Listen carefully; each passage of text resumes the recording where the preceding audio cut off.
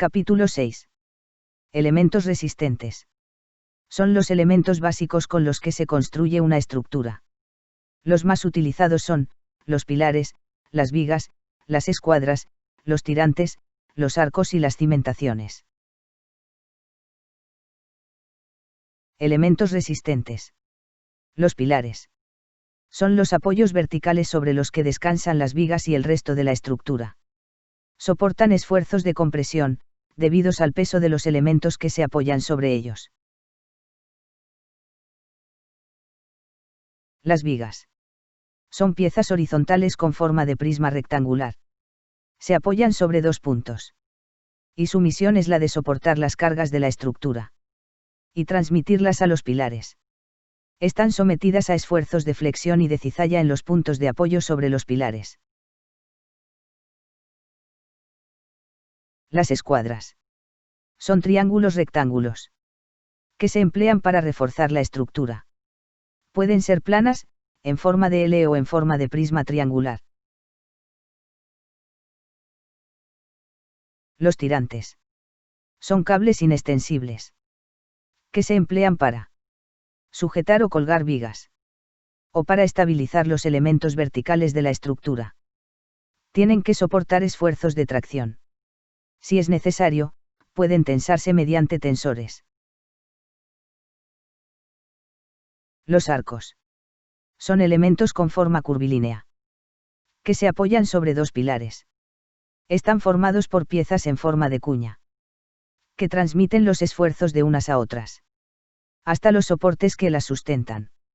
Y desde estos hasta el suelo. Están sometidos a esfuerzos de compresión. Las cimentaciones.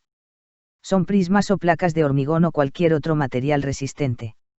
Sobre las que se apoya el resto de la estructura. Su misión es repartir las cargas aumentando la superficie de apoyo. ¿Cómo se construye un edificio? 1. Comprobación del terreno. Se analizan la resistencia y las peculiaridades del terreno. Así como la profundidad a la que se encuentra el terreno firme y duro. 2. Movimiento de tierras. Y apertura de zanjas. Se prepara el terreno, corrigiendo desniveles. Y vaciando aquellos espacios en los que se van a situar. Tanto las zonas de aprovechamiento subterráneo. Como los cimientos.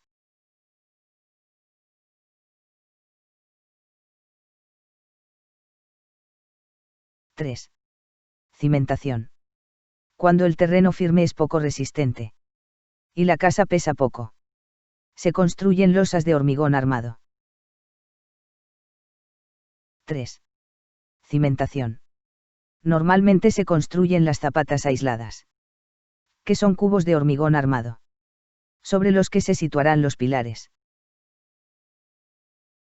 3. Cimentación. Se construyen las zapatas corridas. Uniendo entre ellas las zapatas aisladas. Cuando existen pilares y también muros de carga. 3. Cimentación. Si el suelo duro está muy profundo. Se emplean pilotes. Que son como columnas de hormigón armado de gran altura. Excavadas en el terreno. 3. Cimentación. Durante esta fase se construyen también las arquetas generales de desagüe. 4. Construcción de la estructura. Dependiendo del tipo de edificio, la estructura se sustenta sobre pilares, que pueden ser de hierro o de hormigón armado. O sobre muros de carga. Encima de los pilares y de los muros, se colocan las vigas, y los forjados, con sus viguetas y bovedillas. En la construcción de los forjados, hay que tener en cuenta los huecos para escaleras, ascensores, etc. Hola y bienvenido a Nudo, tu canal de Ingeniería Civil. Hoy voy a explicar las principales características del forjado unidireccional.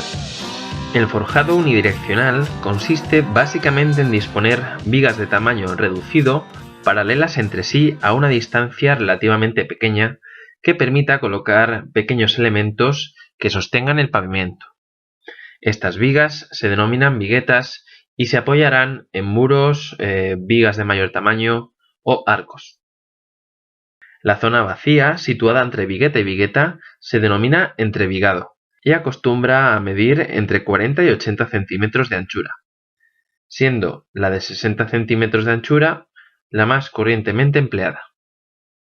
Para cubrir el entrevigado, la solución más extendida consiste en formar las llamadas bovedillas, que tal y como su nombre indica, son pequeñas bóvedas, en este caso de cañón, que se apoyan entre vigueta y vigueta y proporcionan, gracias a los esfuerzos laterales que transmiten, una buena trabazón al conjunto.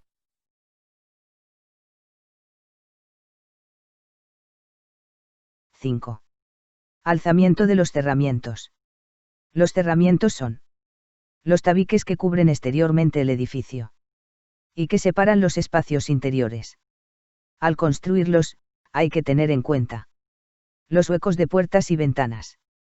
También se dejan previstos los patinillos, que son huecos por donde se situarán las conducciones generales de todo tipo, tuberías, desagües, cables, etc.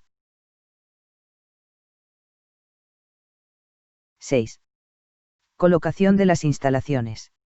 Se tienden y colocan las conducciones de agua caliente y fría, gas, calefacción, electricidad, telefonía, televisión, etc. 7. Acabados. Se colocan los suelos, escayolas, pinturas, barnizados, cerrajería, empotrados, puertas, etc.